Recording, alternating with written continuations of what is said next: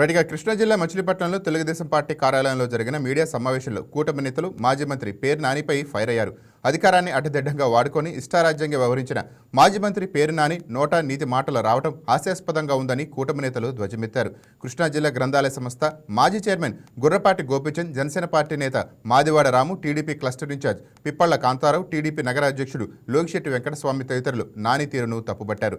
మచిలీపట్నంను అన్ని విధాలా అభివృద్ధి చేస్తున్న మంత్రి కొల్లు రవీంద్రపై అవాకులు చవాకులు పెళ్లటం పేరు నానిపై అలవాటైందని అన్నారు. అధికారం పోయేసరికి మైండ్ పనిచేయలేని స్థితిలో ఏం మాట్లాడుతున్నారో తెలియని విధంగా ఆయన పరిస్థితి తయారైందని అన్నారు. దయ్యాలు వేదాలు వల్లించినట్లు పేరు నాని వ్యాఖ్యలు కాపుగా వస్తున్నాయని అన్నారు. మంత్రి నాని టైపు కాదని, మంచి మర్యాదకు మారుపేరుగా ఆయనకు రాష్ట్రంలో ప్రత్యేక గుర్తింపు ఉందని అన్నారు. మాజీ ముఖ్యమంత్రిగా పనిచేసినట్టు చండాలంగా ఏ సమస్య లేనట్టుగా బ్రాందీ షాపు వీటి గురించి మాట్లాడడం సిగ్గుచేటు. ఏదైనా ప్రజా అవసరాలకి కావాల్సిన మంచినీళ్ళు అందట్లేదు, విద్యుత్ కరెంట్ అందట్లేదు, అలానా అటువంటి ఏమన్నా రహదారులు భవిష్యత్తు లేదు, కొత్తలు పడిపోయినాయి, అటువంటి మాట్లాడరే. అసలు క్యాష్ సేల్స్ అని అన్నీ క్యాష్ సేల్సే కదా మీ హయాంలో. ఎంత అమ్మారో తెలిసే అవకాశం ఉందా? ఏం సరుకు అమ్మారో తెలిసే అవకాశం ఉందా? ఆ బ్రాండ్లకు పేర్లు కూడా లేవే. 200 బాటిల్, 300 బాటిల్, 400 బాటిల్. ఇవాళ ప్రముఖ కంపెనీలు అన్నీ కూడా ఆన్లైన్ పేమెంటు, డిజిటల్ పేమెంట్లతో పద్ధతి ప్రకారం జరుగుతాం.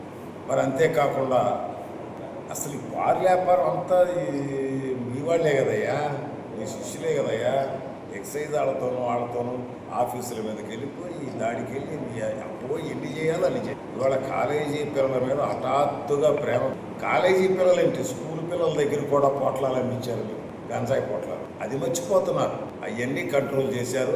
ఏది ఏమైనా ఎక్కడన్నా షాపు పెట్టినా బ్రాందీ షాపుల్లో తెలుగుదేశం నాయకుల పాత్ర ఉండదు, దాంట్లో సందేహం లేదు. ఏ రోజన్నా కానీ ఆయన రికమెండేషన్ చేసి ఈ షాప్ ఉండాలి లేదా ఇది ఉండాలని చెప్పాడా? ఎక్కడా కూడా చెప్పడం. ఆఖరికి తెలుగుదేశం పార్టీ కుటుంబ సభ్యులు ఎవరైనా కానీ ఒక వచ్చుంటే లాటరీలో కూడా వాళ్ళకి కూడా మద్దతు ఇవ్వడం. అలాంటి వ్యక్తి కొల్లు రవీంద్ర గారు మాట్లాడటం కూడా మీకు సబబు కాదు. ఎందుకంటే బ్రాందీ షాప్ మచిలీపట్నంలో ఎంటైర్ బ్రాందీ షాప్ సిండికేట్ అంతా చేసేదే మీరు.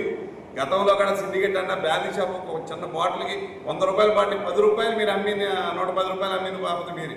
అది మీకు తెలుసుకోవాలి. అందరికీ తెలుసు, తాగేవాళ్ళు కానీ అలాగే అధికారులు కానీ అందరికీ తెలుసు. సిండికేట్ చేసింది మీరు.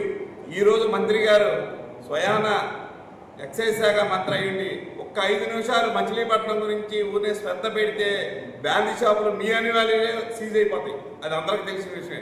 కాకపోతే ఆయన ధర్మం, చట్టం, న్యాయం ఎవరైతే అధికారులు ఉన్నారో అధికారులు అలా రూల్ ప్రకారం వెళ్తారనే సభగానే చెప్పారు తప్ప. ఈ వీడియో మీకు నచ్చినట్లయితే లైక్ కొట్టి షేర్ చేసి మా వైకే టీవీ ఛానల్ని సబ్స్క్రైబ్ చేయండి.